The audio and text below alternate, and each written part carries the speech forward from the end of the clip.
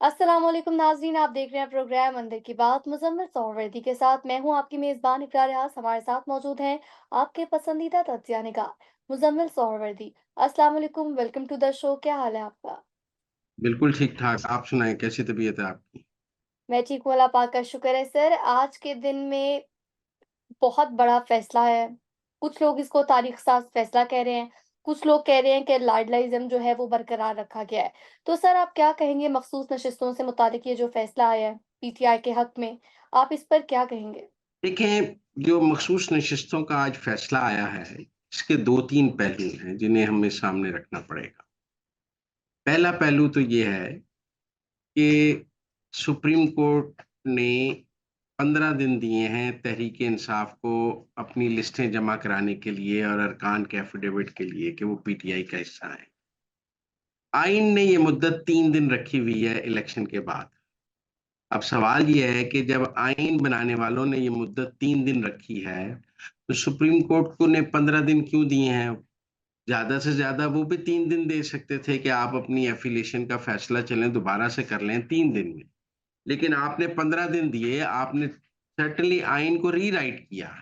जो चीज़ आइन में नहीं है, वो आप पैदा करेंगे अपने अदालती ऑर्डर के ज़रिए, जुडिशियल ऑर्डर के ज़रिए, तो आप आइन को रीराइट करेंगे, नया आइन लिखने की कोशिश करेंगे, आइन से तजावुज़ करेंगे। आइन में लिखा है कि 3 दिन होते हैं आपके पास अपनी एफ़िलिएशन का फ़ैसला करने के लिए। सुप्रीम कोर्ट 3 दिन देती तो हम कहते जी आइन के मुताबिक किया है, लेकिन सुप्रीम कोर्ट ने 15 दिन दिए। और ये 15 दिन तहरीक-ए-इंसाफ को एक सहूलतकारी समझे जाएँगे क्योंकि ये रीराइटिंग ऑफ द कॉन्स्टिट्यूशन है।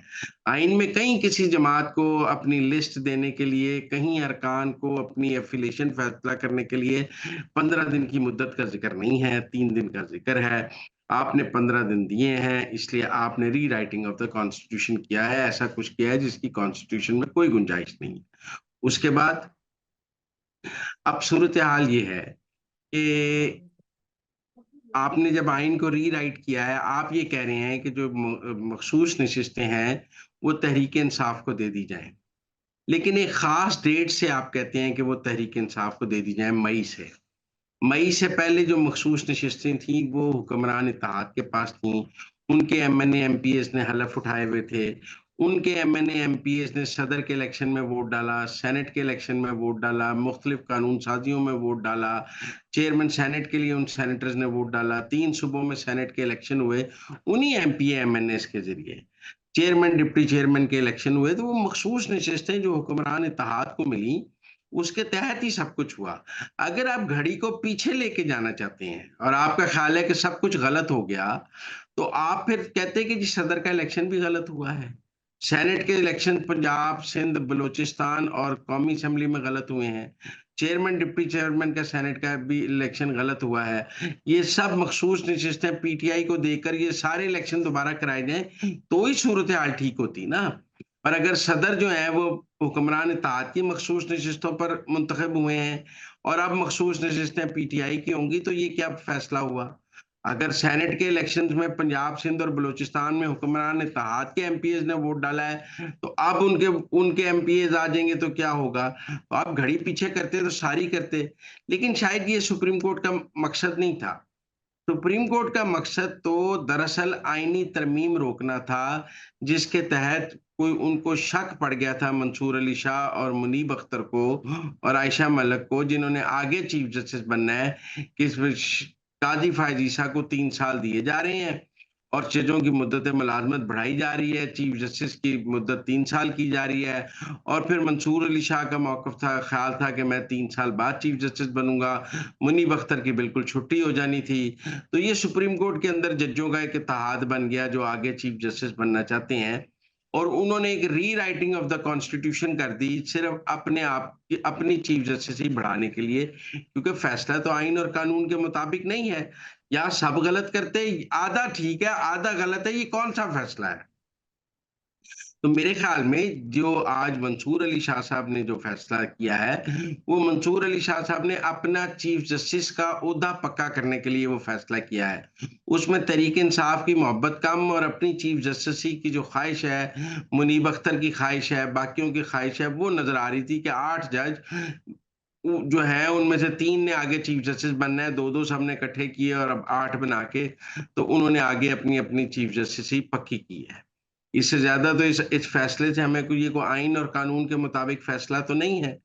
इसलिए मैं समझता हूँ कि इस पाकिस्तान में अब rewriting of the constitution by the judiciary, इससे पहले हमने 63A में भी देखा कि सुप्रीम कोर्ट ने आइन से तजावज़ किया, जब कहा कि जो अदम एतमाद में वोट डालेगा उसका वोट ही काउंट नहीं होगा। भई आइन में लिखा हुआ है वोट काउंट होगा और वो नाअहल होगा। वोट डालेगा तो नाअहल होगा, आपने कहा वोट भी नहीं काउंट होगा और नाअहल भी होगा, जो रीराइटिंग ऑफ द कॉन्स्टिट्यूशन था।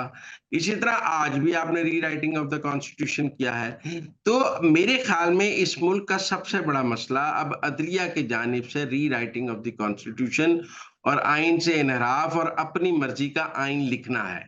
कि सुप्रीम कोर्ट के 4, 5, 6, 7 जजेस जब मिलते हैं, मिलकर बैठते हैं, वो सोचते हैं कि वो खुदाई मखलूक बन गए हैं, उनको नया आइन लिखने का इख्तियार है, नए कवानीन बनाने का इख्तियार है, वो जो चाहें कर सकते हैं, इस मुल्क में उनको रोकने वाला कोई नहीं है।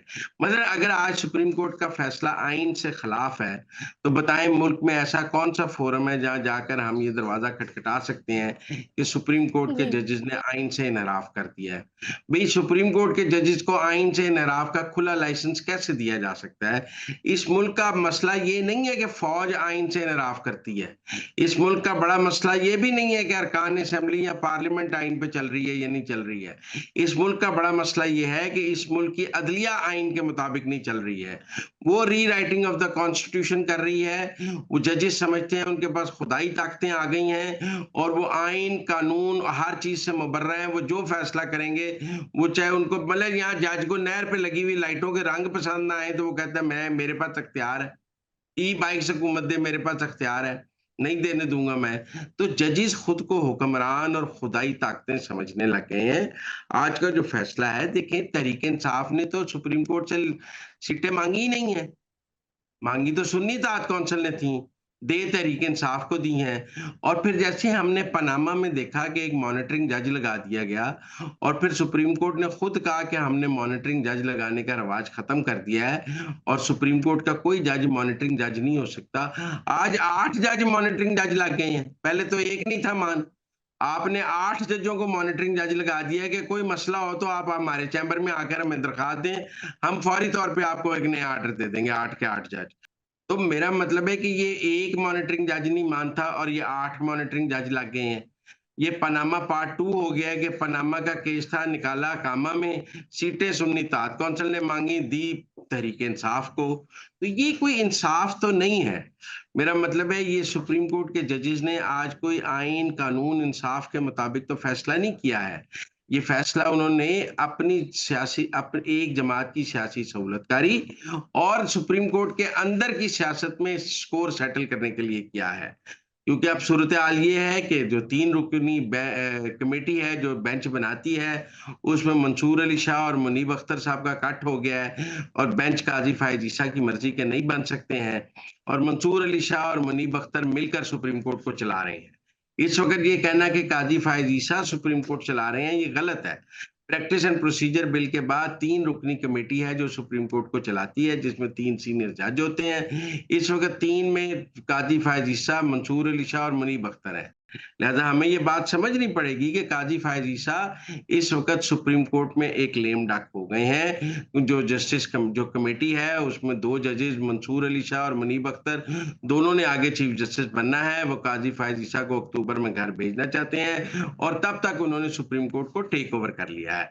लिहाज़ा हमें का ये बात समझनी पड़ेगी कि इस वक़्त सुप्रीम कोर्ट की अंदरूनी सियासत क्या है। अब सूरत-ए-हाल ये है कि इस फैसले के नतीजे में होगा क्या? इस फैसले के नतीजे में कोई हुकूमत नहीं गिर जाएगी। आप बेफ़िक्र रहें, 208 वोट हैं हुकूमत के पास। 208 वोटों के बाद जब हुकूमत नहीं गिर सकती है, ये सीटें अगर पीटीआई को मिल भी जाएँ तो ना पंजाब की हुकूमत गिरेगी, ना सिंध की हुकूमत गिरेगी, ना बलूचिस्तान की हुकूमत गिरेगी, ना मरकज़ की हुकूमत गिरेगी। एपी की हुकूमत पहले ही पीटीआई के पास है, तो मुल्क की कोई हुकूमत भी इन सीटों की वजह से गिर नहीं जाएगी कि आप कहें कि जी बड़ा कुछ सियासी ज़लज़ला आ गया है। हुकूमत की अक्सरियत अपनी जगह मौजूद है, वो मौजूद रहेगी और ये ज़रूर है कि 2 तिहाई नहीं बन सकी और आईनी तरमीम नहीं हो सकेगी।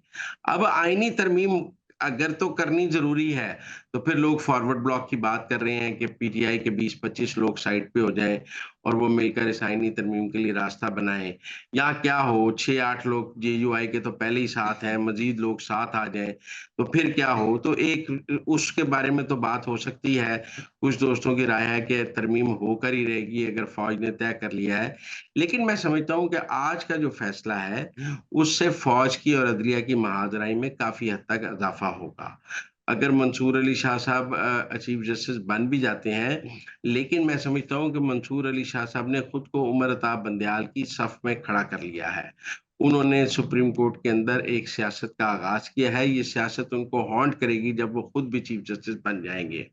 और जहाँ तक ये बात है कि जी सुप्रीम कोर्ट ने कह दिया है कि तहरीक-ए-इंसाफ एक सियासी जमात थी, एक सियासी जमात है, तो इलेक्शन कमीशन की वेबसाइट पे आप जाकर देख लें, वहाँ पीटीआई बतौर सियासी जमात मौजूद है।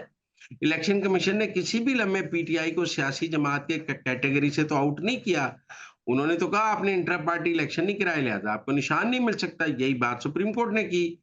वो बतौर सियासी जमात तो पीटीआई मौजूद है, वो दोबारा इंटर पार्टी इलेक्शन करा लेती, ठीक है इंटर पार्टी इलेक्शन करा लेती, वो उसको डी नोटिफाई तो इलेक्शन कमीशन ने किया ही नहीं, जो बार-बार सुप्रीम कोर्ट के जज कह रहे हैं वो सियासी जमात है। भाई आप इलेक्शन कमीशन की वेबसाइट देख लें।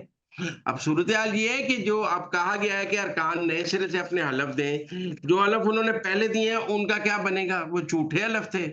वो हलफ कैसे नल एंड वाइड हो जाएँगे? तो अब आप मेरी बात समझे 39 अरकान जो हैं, जिन्होंने अपने नॉमिनेशन पेपर्स में लिखा कि हम पीटीआई से हैं, उनको पीटीआई ने टिकट तो जारी नहीं किए।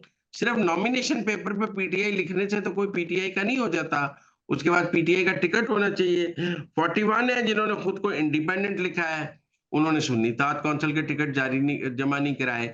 सब कुछ अनडू किया जा रहा है, जो उनके नॉमिनेशन पेपर्स हैं, हर चीज़ सिर्फ़ 1 2 तिहाई अक्सरियत और मंसूर अली शाह साहब खुद को चीफ जस्टिस बनाने के लिए।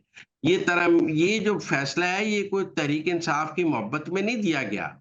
ये मंसूर अली शाह और मुनीब अख्तर जस्टिस मुनीब अख्तर की मोहब्बत में दिया गया है कि उनको अपनी-अपनी बारी पर चीफ जस्टिस बनना है और अगर 3 साल की टर्म चीफ जस्टिस की हो जाती, तो फिर मुनीब अख्तर तो कभी चीफ जस्टिस ना बन सकते और मंसूर अली शाह की बारी भी 3 साल बाद आती। अब सूरत-ए-हाल ये है कि मैं समझता हूँ कि पाकिस्तान में अदलिया की जानिब से आइन की खिलाफ वर्जी की एक लंबी रिवायत बन गई है। और हम मुसलसल देख रहे हैं कि जुडिशरी जो है, वो अपनी सियासी ज़रूरत के तहत क्योंकि पाकिस्तान में जुडिशरी भी अब एक पॉलिटिकल प्लेयर बन गई है। सियासत में जुडिशरी अदलिया का भी एक किरदार है, जैसे फ़ौज का एक किरदार है, जैसे सियासी जमातों का एक किरदार है, जैसे एस्टेब्लिशमेंट का एक किरदार है, वैसे अदलिया का भी एक सियासी किरदार है और पॉलिटिकल प्लेयर है अदलिया भी। अदलिया का झुकाव तहरीक-ए-इंसाफ की तरफ है, फ़ौज का झुकाव तहरीक-ए-इंसाफ के खिलाफ है। ये लड़ाई हम देख रहे हैं। उसमें फ़ौज अदलिया जो है बार-बार तहरीक-ए-इंसाफ के बचाव के लिए आती है और वो अपनी सियासत भी उसमें ठीक करती है। जैसे फ़ौज की अंदरूनी सियासत है, वैसे अदलिया की अंदरूनी सियासत भी है।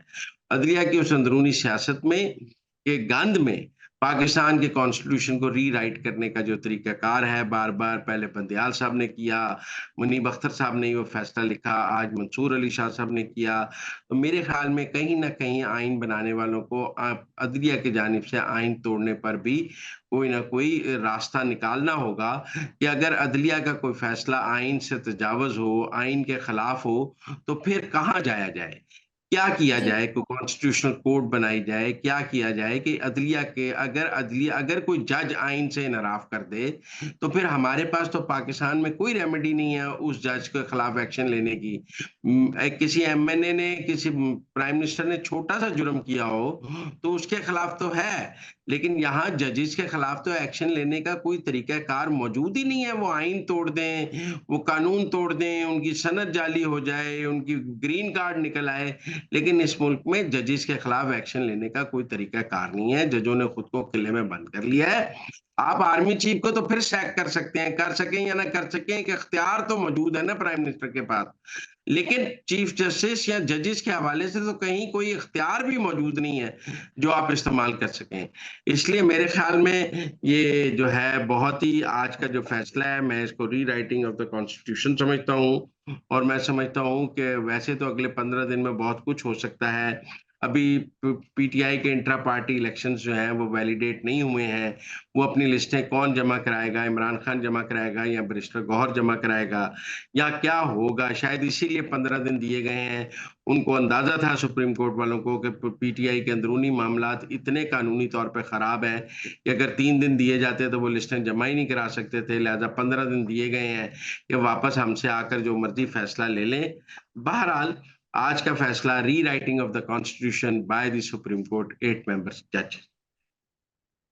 तो नाज़रीन, ये थी आज के अंदर की बातें। आपसे मुलाकात होगी अब अगले प्रोग्राम में। हमें दीजिए इजाज़त, अल्लाह ने के बाद।